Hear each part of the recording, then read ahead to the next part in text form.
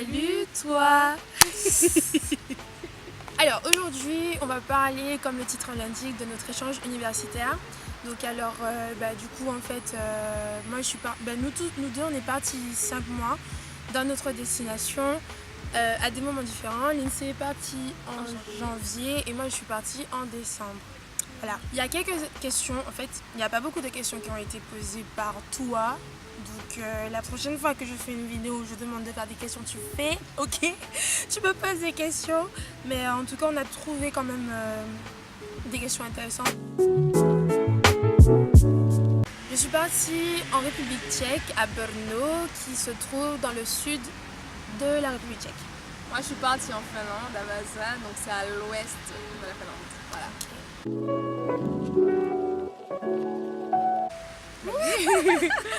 Donc, du coup, est-ce que j'ai choisi? Oui, c'était dans mes vœux. Et on va dire que c'est le pays que je redoutais le plus par rapport aux conditions climatiques. Je suis partie à une période où il faisait très froid, mais au final, ça a été. Donc, oui, j'ai bien aimé, surtout le mode de vie des Finlandais, etc. Et il faut savoir aussi qu'en fait, on avait plusieurs choix à faire avant de partir en échange universitaire. Je crois qu'on avait 6 vœux à faire. Et c'était ton combienième vœu, du coup, la Finlande? C'était le dernier parce que j'ai mis la Suède, tout ça avant. Ok, d'accord. Donc, en fait, moi, Brno, c'était mon deuxième choix. Je voulais avant partir en Hongrie, mais finalement, j'ai pas été acceptée. Donc, c'est pas si grave que ça, parce qu'après, quand je vois l'expérience que j'ai eue, en fait, non, je regrette pas cette destination-là, en fait. Pour moi, comment dire, j'ai eu 2 colocataires. La première, c'était une Ukrainienne et ça a été super compliqué. Non, pour moi, c'était pas ça la colocation. Enfin, j'étais vraiment dégoûtée. Et c'était en tout cas la majorité du temps que j'ai passé en République tchèque. Ça a été du coup les 4 mois. Et dans la dernière semaine, j'ai eu une autre colocataire qui venait de la Jordanie. Et elle était juste super. Donc en fait, j'ai eu les 2 facettes de la colocation et je regrette. En même temps, je regrette pas. Voilà. Et aussi, quand tu es avec une étrangère, il faut que tu parles anglais. T'es obligé. Voilà. Et toi? Du coup, moi, j'avais 2 colocs, une venait d'Espagne et une autre venait d'Italie. Dans l'ensemble, pour moi, ça a été parce que chacune d'entre nous, on avait notre chambre. Donc, une fois que tu es dans ta chambre, ça va. On partageait juste la cuisine, la salle de bain et puis la petite pièce commune, quoi. Donc, oui, ça a été, quoi. Je les voyais pas tous les jours parce que je faisais mes affaires, j'étais dans ma chambre, lorsque j'avais faim, je sortais ou bien pour me doucher, etc. Mais sinon, c'est tout. Ouais. Moi, je partageais tout. On avait une chambre. Mon lit était là, son lit était là, on se voyait quand on dormait. Voilà, bref. Mais bon, c'est une expérience à vivre. Donc, ce qui concerne le coût de la vie, donc c'est assez cher. Oui, c'est la Finlande, hein, c'est cher. Il y a un Lidl. Mais sinon, tout ce qui est K-Market, S-Market, etc., c'est extrêmement cher. Par contre, le repas était moins cher. Le repas à l'université, il coûtait 2,50 €. On avait tout. Alors qu'en France, on va vers on approche des 4 €. Donc là, c'était très avantageux. Donc, des fois, je profitais de manger uniquement à l'école et de préparer juste un dîner le soir. Parce que c'est vrai que ça revenait assez cher de faire les courses. Et le coût de la vie au niveau loisirs, etc., c'était cher aussi en général? Oui. Les transports? Ah oui, les transports. Je crois que c'était 28 € et 1 € par voyage. C'est même pas le mois, c'est 1 € par voyage. Quoi. Ah d'accord, ok. Ouais. Ok, d'accord. Et au niveau des restaurants, ça passait. Ça passait vraiment. Ok. En fait, moi, comment dire, le coût de la vie, ça va. C'est plus bas que dans le reste de l'Europe. Mais en fait, j'ai eu quand même des problèmes avec l'argent parce que pour moi, comment dire, dites-vous que 1 €, ça fait 25 couronnes tchèques. Et du coup, en fait, quand tu as 1000 couronnes tchèques dans ta main, tu te dis, mais j'ai trop d'argent là, en fait. Et tu vois pas l'argent partir. Et c'est ça le problème. Quand les trucs, ils vaut moins, quand la monnaie vaut moins que l'euro, du coup, c'est un petit peu compliqué un peu de se repérer, mais bon, ça c'était au début et après j'ai su gérer, etc. Et c'est vrai qu'au niveau des courses, on avait Lidl, mais on avait aussi Alberts et c'était un peu moins cher que Lidl et c'était que là que j'allais faire mes courses et ouais, franchement. Et au niveau des loisirs, c'était pas cher par rapport au transport, c'était genre 30 € pour 3 mois. Et non, franchement, c'était le coût de la vie, c'était pas cher. Surtout pour voyager, après, ça allait. On a compris. Mais laisse-moi dire qu'il fallait en République tchèque parce que c'est pas cher. On a compris que c'était pas cher. Hein. Pour moi, le plus dur, ça a été au début, la solitude. Le fait que tu partes, que tu sortes de ta zone de confort, franchement, c'était vraiment difficile les premières semaines. Tu te dis, mais qu'est-ce que je suis allée faire là-bas? Pourquoi est-ce que je suis partie? Enfin, c'était super compliqué. Mais bon, après, quand tu t'habitues et que tu prends tes marques, etc., ça va. À mon niveau, ouais, ce sera aussi l'intégration. Pourquoi? Car là où je logeais, là où j'habitais en fait, il y avait la plupart des Erasmus.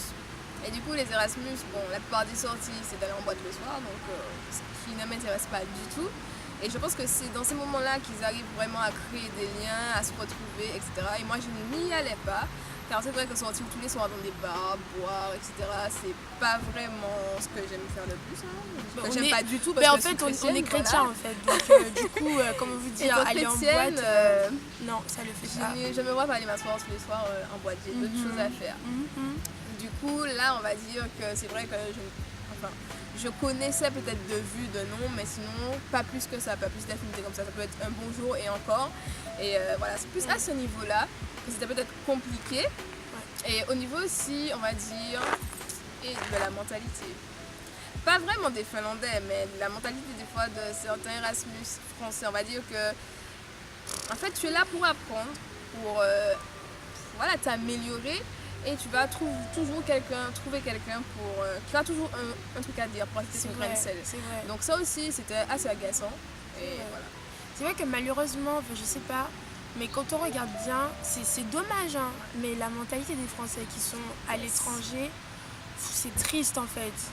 En fait, par exemple, tu donnes un exemple, enfin ne dis pas le nom de la personne, mais donne l'exemple ouais. par exemple. Par exemple, je sais pas s'il y a quelqu'un qui n'avait pas un bon niveau en anglais. Moi j'avais pas un super bon niveau non plus, mais je me débrouille. Tu vas toujours trouver un français pour se moquer, genre ouais, comment il a fait de passer le bac, etc. Alors que le français ils sont quoi toujours supérieurs, alors que n'oublie pas de là où tu sors en fait, parce que je suis sûre qu'il y a quelques années de ça, tu n'avais pas ce niveau d'anglais que tu as actuellement. Exactement. Et puis aussi, on n'a pas aussi les mêmes chances dans la vie, on n'a pas les mêmes expériences. C'est-à-dire que toi, peut-être que tu as des moyens pour partir à l'étranger, pour pratiquer, etc., pour apprendre, alors que d'autres non. Et peut-être qu'il y en a qui ont du mal justement à apprendre, on va dire, le terre-à-terre à l'école. Ça dépend des méthodes aussi. Et voilà, quoi. Et quand tu regardes les autres personnes qui viennent par exemple du Mexique, attends, c'est bon. Et quand tu vois par exemple les gens qui viennent du Mexique ou d'autres pays de l'étranger, en fait ils font l'effort de te comprendre. Il n'y a pas de critique, etc. Donc franchement, en tant que Français, nous, il faut qu'on s'encourage encourage en fait. Dès qu'on a un petit truc, en fait, un petit niveau, qu'on connaît quelque chose de plus que les autres, on se croit tout de suite. Et ça c'est dommage. Alors que voilà quoi. Il faut s'entraider les gars. Fraternité.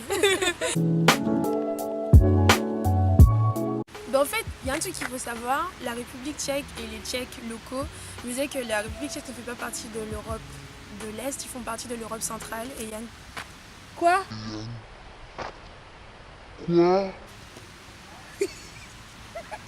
En fait, il y a des guêpes qui nous attendent depuis tout à l'heure, on essaie de rester concentrés. En fait... Désolée. Bref. Donc en Europe centrale, les gens, ils sont très... T'es gentil. C'est bon, je suis prête, je me suis concentrée. C'est bon? Alors en Europe centrale, les gens, ils sont super accueillants. Le premier soir où je suis arrivée... Bon, attendez. C'est bon, on est retourné à notre sérieux. Alors, comment sont les gens en République tchèque? En fait, ce sont des gens qui sont... En fait, s'ils ne te connaissent pas, ils ne vont pas aller vers toi, ils ne vont pas être ouverts à toi. Mais comment dire, ce sont quand même des gens gentils. Je vous explique par exemple ma première expérience quand je suis arrivée. Les gens ils étaient super accueillants, j'avais une sorte de buddy, c'est quelqu'un qui t'accueille, enfin c'est un étudiant qui t'accueille aussi, et il était super gentil, etc. Et ça m'a vraiment étonnée parce qu'il y a énormément de préjugés sur les gens de l'Europe après la France, du côté par là, et du coup voilà, enfin Ce sont des gens assez calmes, très calmes. Quand tu es dans les transports en commun, tu n'entends rien. Dans les restaurants, tu n'entends rien. Mais ils sont super gentils. Quand ils veulent par exemple t'aider, ils font tout pour t'aider, même s'ils ne savent pas parler anglais. Enfin, ils t'expliquent avec les gestes et tout. Donc voilà quoi, c'est cool. Et toi? Donc, moi, ils sont assez fermés, mais si tu as une question ou autre, ils vont te répondre.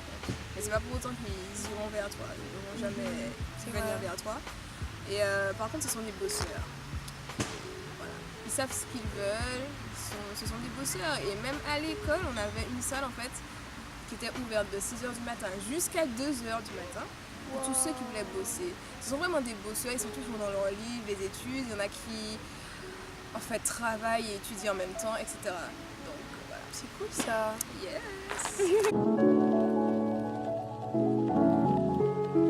Trois mots. Ouais. Je sais pas moi. Ben moi j'en ai 3. J'aurais dit surprenant, expérimental. Et bon, c'est plus de 3 mots, mais qui m'a permis de grandir dans plusieurs sens du terme. En fait, c'est un mélange de tellement plein de choses. Au pire, décrire comment a été ton échange en général. Ouais. Un résumé. C'était normal. Normal. Normal est le mot. Ouais, j'ai pas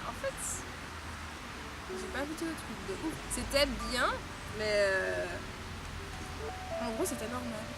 je sais pas. C'était comme une année d'études, comme...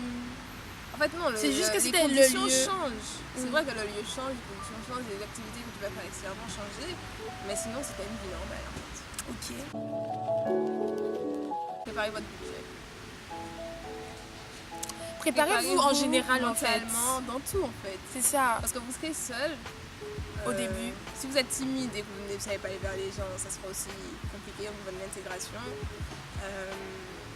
De la vie. Qu'est-ce qu'il y avait encore? Bah en fait, ouais, il faut se Même la vie préparer. en général, Il faut la se vie préparer en termes de général. colocation. Ce sera vraiment un changement. Voilà. Et oui, en fait, même pour le logement, vous pouvez choisir si c'est en colocation ou bien si c'est seul que vous voulez vivre. Mais franchement, en vrai, quand vous sortez de votre zone de confort, moi je me dis, plus t'es entouré, plus ça va aller en fait. Parce que quand tu connais pas, surtout si par exemple tu connais des locaux, etc.